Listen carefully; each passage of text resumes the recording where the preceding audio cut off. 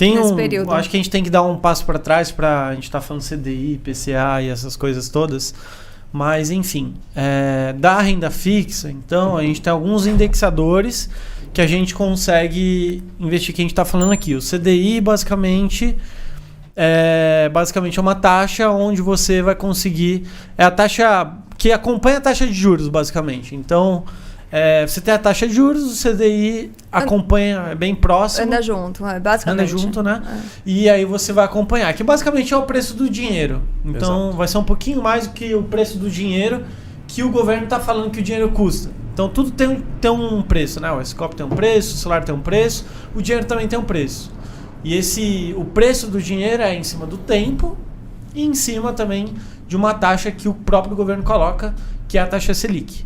Então, a taxa Selic determina quanto que vai ser o CDI e, consequentemente, isso ajuda a gente a controlar a inflação de alguma forma, porque o dinheiro vai ter que custar mais caro ou mais barato.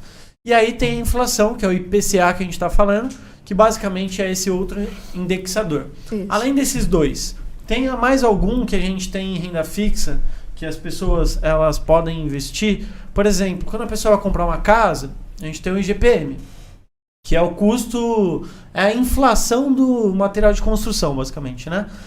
Mas para renda fixa, tem mais algum indicador ou só são esses dois? Acho que são os mais usados, né? Aliás, o IGPM tem tido uma leve vertente para ser substituído pelo IPCA recentemente.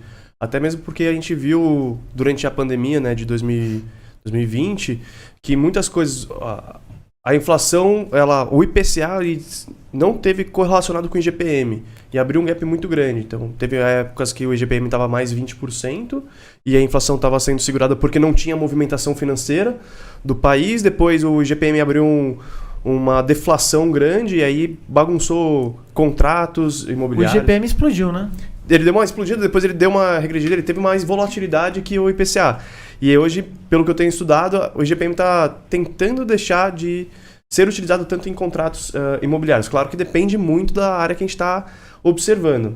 Mas IGPM e IPCA, eles são maneiras de você medir a inflação, só que em escopos de cálculo diferente. Exato. Sim. A gente está falando de serviços básicos, não.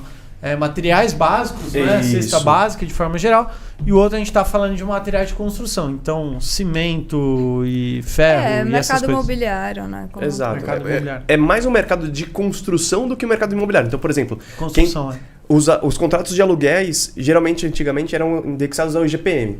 Só que eles perceberam que o de aluguel não é de construção, não faz sentido, porque ele tem que ser adaptado à realidade do cara que está alugando. Sim. Ou seja, ele está atrelado muito mais ao IPCA do que o IGPM. Então, muitos contratos eles começaram a migrar para esse tipo de ajuste.